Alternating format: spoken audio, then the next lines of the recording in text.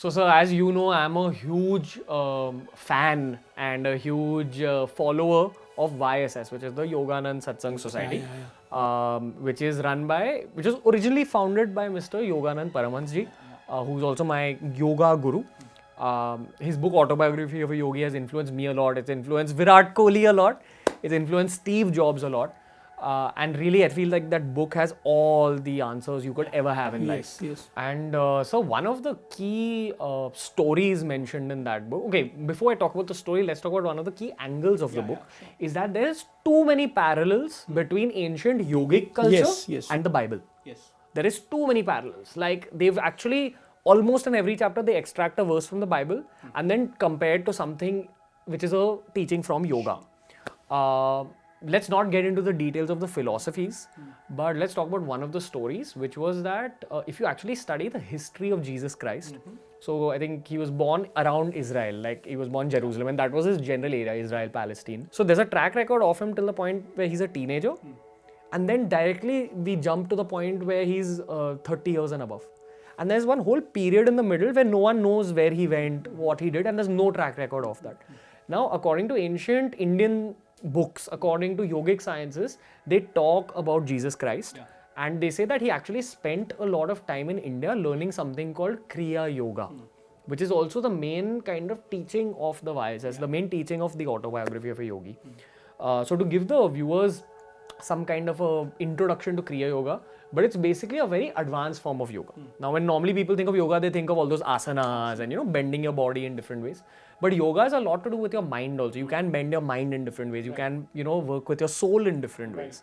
And Kriya Yoga involves your mind and your soul a lot, as much as it does your body. The result of this is that you get a lot of spiritual progress. Like by doing your Kriya Yoga, you advance a lot spiritually. Yes. Which leads to actually, on a biological level, brain development. It adds a lot of capacity to your brain. When they say, oh, your human mind only uses 7 to 8% of its total capacity. Yes. An activity like Kriya Yoga unlocks the remaining 92%, the remaining 90% of it. And that's what they say Jesus Christ did for 12 years. He went to the Himalayas. He got trained by the local Kriya yogis and then took that knowledge out west. And if you actually go and see the origins of any kind of religion in the world, it always somehow begins with something related to yoga. I'm not saying related to Hinduism or India, just related to yoga as a concept. Manipulating the human body, manipulating the human mind to achieve your maximum potential. Now, Kriya Yoga was lost both in India and by the West over time because people stopped practicing it. But it's arising again. People are getting more aware about it in the times we live in. So, sir, my question to you is, have you heard this story of Jesus, and what do you have to say about like this whole so-called conspiracy theory? Yes, of course, I heard about this, and a lot of people have written about it. There are fictional novels about it and historical references also about it. And as you rightly pointed out, if you read Autobiography of a Yogi, you do get references of it. I'll tell you, logically, for me, it looks that anybody who has served the world, directly, indirectly, is a spiritual person. And whichever part of the world you are in. And India has been the center of spirituality for the whole world, for human history. So whether he physically came or no could be debatable, but the fact is that I'm sure whichever era, whoever a great master lived, he or she has got influenced by India. And let me come very specific, the Himalayas. See, what has happened about this particular great country is that, it's almost like a spiritual center.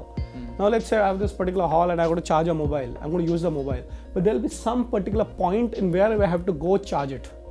So, India has always been the spiritual charging point of all spiritual gurus. So, directly, indirectly, I know that this theory could be true because he must have come here. And I read somewhere, I don't remember what the reference is, that he actually went to a particular place in Kashmir, and there is a particular place where a name is equal to Jesus, and there are some books written on it. And if you look at his theories, they're very much close to what we Indians believed in, the theory of non-violence. So if you look at the parallels, he was a great saint who believed, whatever be thy will be done. That's exactly what we believe in India. In our country, saying that you do your best and leave the rest.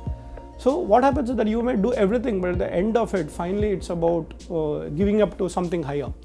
The other thing I definitely believe in is that, the impact that Jesus created is among very few people in this world would have done. Swami Vivekananda speaks about Jesus and the impact that he had globally. So I think irrespective of whether you follow a religion or no, they are some of the greatest masters of the world. And if you study their life and you come and say, yes, these are basically some of the common yogic practices. The last point is that what is Kriya Yoga? I think you mentioned about it. Please practice it. But it needs to be trained, like you need to be trained in it. Through a guru. Yeah, through. Never do it alone. If you do yoga on your own, that's okay. But when you get to finer aspects of yoga, if you don't have a guru, you can break your back. Yeah. In the same way, Kriya Yoga is not a physical level. It's highly intellectual, mental. You can go bonkers. Yeah. So practice whichever form. Even if you want to learn cricket, you require a coach, right? So if you want to practice Kriya Yoga, make sure that you are having the right guru who will teach you in that particular path, because sometimes you get misguided. If you want to achieve the highest form of yoga, be it Kriya Yoga or anything, make sure you have a guru. Are you a Kriya Yogi? I am a practitioner of meditation. For my practice form is basically the Vedantic method, which we call the Panchakoshas. And again, it's parallel to Kriya Yoga. Okay. So you may choose various paths. So my path is Vedantic, but that doesn't mean I'm different from Kriya Yoga. Yeah, finally, at the end of it, it's all about the mind and merging with the universe. Yes, 100%. Also, I think a lot of people are wondering ki Kriya Yoga start kaise kare, where can we actually find a guru? The practical solution in 2019 is that, at least from what I have heard, Isha Foundation, which is run by Sadhguru, they conduct fantastic programs. And obviously, you can reach out to your nearest BeerBiceps. That is what I recommend on a personal level. But you really need to, as we call it, vibe with that whole community. If you find sense in what they're saying, if you understand the science that they talk about and you feel ki haan yaar, they're talking sense, that's when you go for it. When you are 100% sure that, okay, this is where I want to be. And one tip, Ranveer, you know this, that instead of waiting for a guru, have the deep urge for wanting a guru. Yeah. And the guru will appear. He will. He has to. In fact, I always believe that if the student is ready, the teacher would come. So if the yogi inside you is ready, the yoga teacher will come.